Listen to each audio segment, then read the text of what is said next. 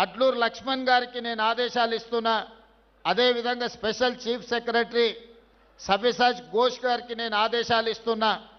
తెలంగాణ రాష్ట్రంలో ఉన్న అన్ని తండాలకు బీటీ రోడ్లు వెయ్యాలి అని నేను ఆదేశాలు ఇస్తున్నా. ఈనాడు మా లంబాడ యువకులు చైతన్యంతో వివిధ జిల్లాలు వివిధ రాష్ట్రాలకు వెళ్ళి వ్యాపారాల రూపంలో ఆర్థికంగా ఎదిగినరు. తండాలో ఉన్నవాళ్ళు సైకిల్ మోటార్లు కొనుక్కున్నారు, బయటకు వచ్చిన వాళ్ళు కార్లు కొనుక్కున్నారు.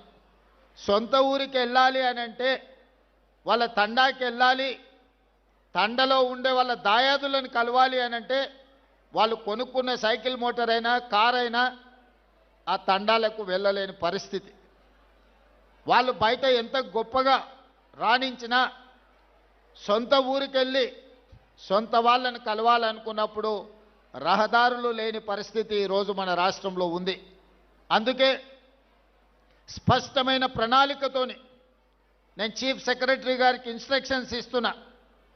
ప్రతి తండాలో పాఠశాల ఉండాలి, పాఠశాల భవనానికి మీరు ఏర్పాట్లు చేయండి. దాదాపుగా కొన్ని వేల గ్రామ పంచాయతీలను గత ప్రభుత్వం చేసినా అన్నది, కానీ ఏ గ్రామ పంచాయతీలో గ్రామ పంచాయతీ భవనం లేదు. గ్రామ పంచాయతీ భవనం లేకుండా గ్రామ పంచాయతీ సర్పంచ్ ఎవరైనా గిరిజన సోదరుడే అవుతాడు. అది గూడాలు కావచ్చు, తండాలు కావచ్చు. గ్రామ పంచాయతీ లేకుండా ఏ విధంగా వాళ్ళు పరిపాలనను ముందుకు తీసుకెళ్తారు? అందుకే గిరిజన గ్రామ పంచాయతీలో రాష్ట్రంలో ఎన్నుంటే అన్ని గ్రామ పంచాయతీ భవనాలు నిర్మించడానికి మీరు ప్రణాళికలు సిద్ధం చేయండి. అదేవిధంగా ఈ గూడాలకు ఈ తండాలకు కనీసం ఒక్కటైనా బీటీ రోడ్డు ఉండాలి. మీకు ఎవరైనా బంధువులు వచ్చినా మీ పిల్లలకి ఎవరైనా పిల్లని ఇవ్వాల్సి వస్తే పిల్లగాన్ని చూడడానికి రావాలంటే ఊరికి రావడానికి దారి లేకపోతే ఇక పిల్లని ఎవరిస్తారా మీకు? అందుకే ఖచ్చితంగా ప్రతి తండాకు రోడ్డు వేసే ప్రణాళికను ఈరోజు తీసుకోవాలి అని చెప్పి మా ట్రైబల్ సెక్రటరీ గారికి ఆదేశాలు ఇస్తున్నా. ఇదే కాదు, తాగడానికి మంచినీళ్ళు, అవసరమైన నీళ్ళ ట్యాంకులు, మిషన్ భగీరథ మీద వేల కోట్లు ఖర్చు పెట్టిన ఆదిలాబాద్ ప్రాంతంలో నేను పర్యటన చేసినప్పుడు చాలా తండాలకు గూడాలకు తాగునీరు ఈ రోజుకు రావడం లేదు. కొన్ని ప్రాంతాలలో కరెంటు కూడా లేదు. ఎందుకంటే ఫారెస్ట్ వాళ్ళు మీకు కరెంటు పోల్స్ వేసి మీ గూడాలకు తండాలకు కరెంటు ఇవ్వనివ్వడం లేదు ఫారెస్ట్ రూల్స్ ప్రకారం.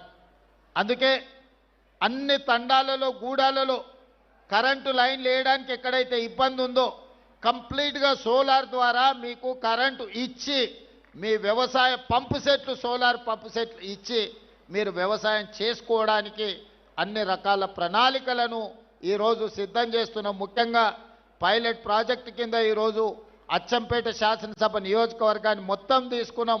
40,000 వ్యవసాయ పంపు సెట్లు ఈరోజు సోలార్ పంపు సెట్లు అక్కడ ఉండే రైతాంగానికి ఇవ్వదలుచుకున్నాం. ప్రధానంగా అందులో గిరిజనులకే అత్యధికంగా ఉపయోగం ఉన్నది. అందుకే ఈనాడు మీ సంక్షేమం కోసం, మీ అభివృద్ధి కోసం, మీ భవిష్యత్ ప్రణాళికల కోసం ఈ రాష్ట్ర ప్రభుత్వం పనిచేస్తున్నది. ఇదే కాదు, ఈరోజు మీరు ఆలోచన చెయ్యండి. ఆనాడు తెలంగాణ రాష్ట్రం వచ్చిన తర్వాత 10 సంవత్సరాలు పేదలకు రేషన్ కార్డు ఇవ్వడానికి కూడా ఆ ప్రభుత్వానికి చేతులు రాలే. కానీ నేను బాధ్యత చేపట్టిన తర్వాత పేదవాడి గుర్తింపు, పేదవాడి గౌరవం, పేదవాడి సంక్షేమమే రేషన్ కార్డు. ఆ గుర్తింపు, గౌరవం, సంక్షేమం ఇవ్వాల్సింది ప్రాథమిక బాధ్యత రాష్ట్ర ప్రభుత్వానిదే. అందుకే లక్షలాది రేషన్ కార్డులు పేదవాళ్లకు అందించిన చరిత్ర, అందులో ముఖ్యంగా లంబాడ సోదరులకే అత్యధికంగా ఈరోజు రేషన్ కార్డులు అందుకునే విధంగా ప్రణాళికలు సిద్ధం చేసి వాళ్ళకి ఇచ్చినాం. రేషన్ కార్డు ఇచ్చి వదిలేయలే. ఇంతకుముందు మా బలరాం నాయక్ గారు చెప్పినట్టు ఆనాడు దొడ్డు బియ్యం ఇచ్చేది. దొడ్డు బియ్యం ఇస్తే మా లంబాడ సోదరులు తీసుకెళ్ళి బర్లకు దాన పెట్టేది. ఎన్నడూ వాళ్ళు తిన్న సందర్భమే లేదు. లేకపోతే రేషన్ షాపోడే బయట నుంచి బయటనే అమ్ముకునేటోడు. అందుకే ఈ విధంగా మాఫియాగా మారి మిల్లర్లు, దళారులు దోసుకుంటున్నారు. పేదవాడు ఆత్మ గౌరవంతో బతకాలి అని అంటే సన్న బియ్యం ఇవ్వాలి అని ఈరోజు తెలంగాణ రాష్ట్రంలో 3,17,00,000 మంది పేదలకు సన్న బియ్యం ప్రతి మనిషికి 6 కిలోల బియ్యం ఇస్తున్నాము. ఈరోజు పెద్దలు తినడమే కాకుండా వాళ్ళ సంటి పిల్లలకు కూడా ఈ సన్న బియ్యం వండి ఈరోజు ఆ పిల్లలకు భోజనం పెడుతున్నారు. నేను ఒక గిరిజనుడి ఇంటికి భద్రాచలంలో వెళ్ళి స్వయంగా బియ్యంతో వండితే ఎట్లా ఉంటుందో ఆ గిరిజనుల ఇంట్లో కూర్చొని నేను భోజనం చేసి వచ్చిన. ఎందుకంటే మనం ఇస్తున్న బియ్యం సరైన విధంగా ఉన్నాయా లేవా అని.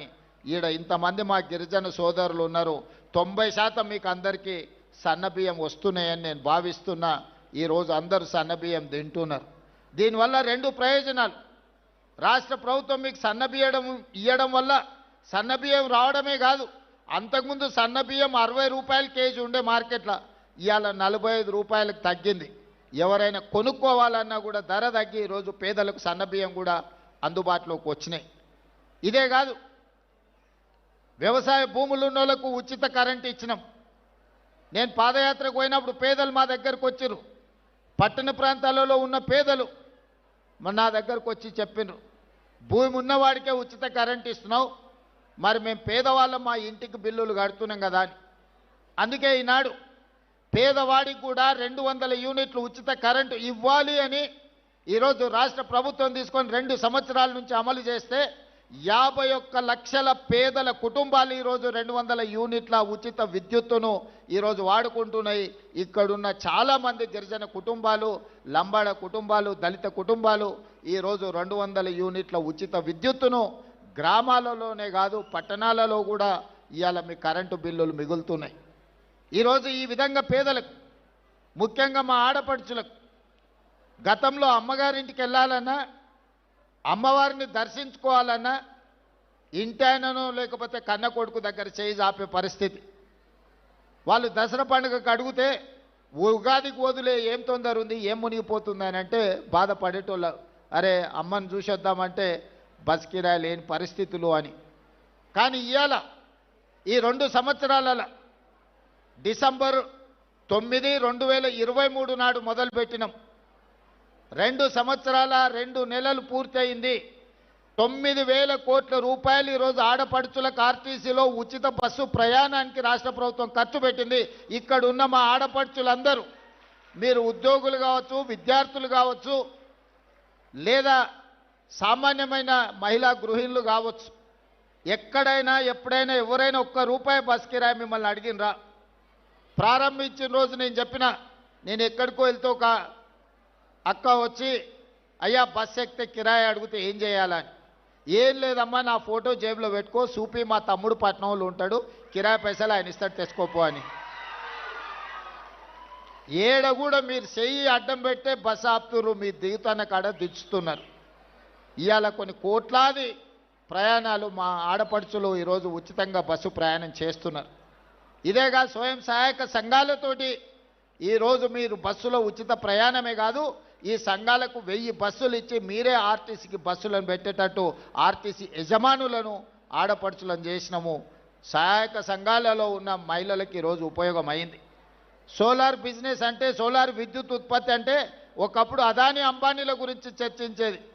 ఈరోజు తెలంగాణలో ఉన్న ఆడపడుచులకు 1000 మెగావాట్ల సోలార్ విద్యుత్ ఉత్పత్తి చేసే వ్యాపారాన్ని ఈరోజు ఆడపడుచులకు అందించినాం. అందులో గిరిజనులకు ప్రధానంగా ప్రయోజనం జరిగింది. ఇదే కాదు, హైటెక్ సిటీ అంటే ఇన్ఫోసిసో, మైక్రోసాఫ్టో, విప్రోనో ఇంకో పెద్ద పెద్ద సాఫ్ట్వేర్ కంపెనీలు అనుకున్నారు. కానీ ఆ పక్కనే 3.5 ఎకరాలు 1000 కోట్ల రూపాయల విలువైన భూమి ఈరోజు మహిళా సంఘాలకిచ్చి ఇందిరా మహిళా శక్తి బజార్ అని చెప్పి ఈరోజు పెద్ద పెద్ద సంస్థలు అక్కడికి వచ్చి వాళ్ళు ఉత్పత్తి చేసే వస్తువులను కొనుక్కోవడానికి ఈరోజు మహిళలకు అందుబాటులోకి తీసుకొచ్చినాం. ఒకటొకటిగా పరిష్కరించుకుంటూ వస్తున్నాం. హాస్టళ్లలో ఆనాడు భోజనం ఏ విధంగా ఉండే, ఈరోజు 40% ఈరోజు మీకు ఛార్జెస్, మెస్ ఛార్జెస్ పెంచి కాస్మెటిక్ ఛార్జెస్ ఆనాడు ఎప్పుడు ఇచ్చేదో కూడా తెలీదు. ఇప్పుడు గ్రీన్ ఛానల్ చేసి 200% కాస్మెటిక్ ఛార్జెస్ 21 సంవత్సరాల తర్వాత ఈ ప్రభుత్వంలో పెంచి మా ఆడపడుచుల కాస్మెటిక్ ఛార్జెస్, మా పిల్లలకు చదువుకునే వాళ్లకు ఇంటి దగ్గర అమ్మను నాయనను అడగాల్సిన పని లేదు. సబ్బు కోసమో చిన్న చిన్న పౌడర్ కోసమో కూడా తల్లిదండ్రుల మీద ఆధారపడే పరిస్థితి ఉండే. అందుకే 200% కాస్మెటిక్ ఛార్జెస్ పెంచి ఈరోజు ఆడపిల్లల యొక్క ఆత్మ గౌరవాన్ని నిలబెట్టడానికి మన ప్రభుత్వం ప్రయత్నం చేస్తున్నది. ఇదే కాదు, చదువుకున్న పిల్లలు 2011లో గ్రూప్ 1 పరీక్షలు నిర్వహిస్తే 2024 వరకు 15 సంవత్సరాలు మళ్ళీ పరీక్షలు పెట్టలే. మనం వచ్చిన తర్వాతనే గ్రూప్ 1 నోటిఫికేషన్ ఇచ్చి ఇప్పుడే మా రాములు నాయక్ చెప్తున్న మా మేనకోడలు డిఎస్పీ అయిందని. ఈరోజు 563 మంది గ్రూప్ 1 ఉద్యోగస్తులను పరీక్షలు నిర్వహించి ఫలితాలు ఇస్తే ఈ పేదలకు ఉద్యోగాలు వస్తే ప్రశ్నించే గొంతు వస్తుందని దాని మీద అక్రమ కేసులు వేసి హైకోర్టులో అడ్డమైన ఆర్డర్లు తెస్తే బలమైన వాదనలు వినిపించి డివిజన్ కోర్టులో డివిజన్ బెంచ్లో ఈరోజు పేదలకు అనుకూలమైన తీర్పు వచ్చింది. 563 మంది గ్రూప్ 1 ఆఫీసర్లు ఇవాళ ఆర్డీఓలు డిఎస్పీలుగా అత్యంత కీలకమైన ఉద్యోగాలు. నేను మొత్తం లిస్టు చూసిన ఎస్సీ ఎస్టీ బీసీలకు మైనారిటీలకు ఎన్ని వచ్చినాయంటే 87% ఎస్సీ ఎస్టీ బీసీ మైనారిటీలు ఈ 563 మందిలో సెలెక్ట్ అయినరు. 87% ఈరోజు ఆ రిక్రూట్మెంట్స్తోని పేదలకు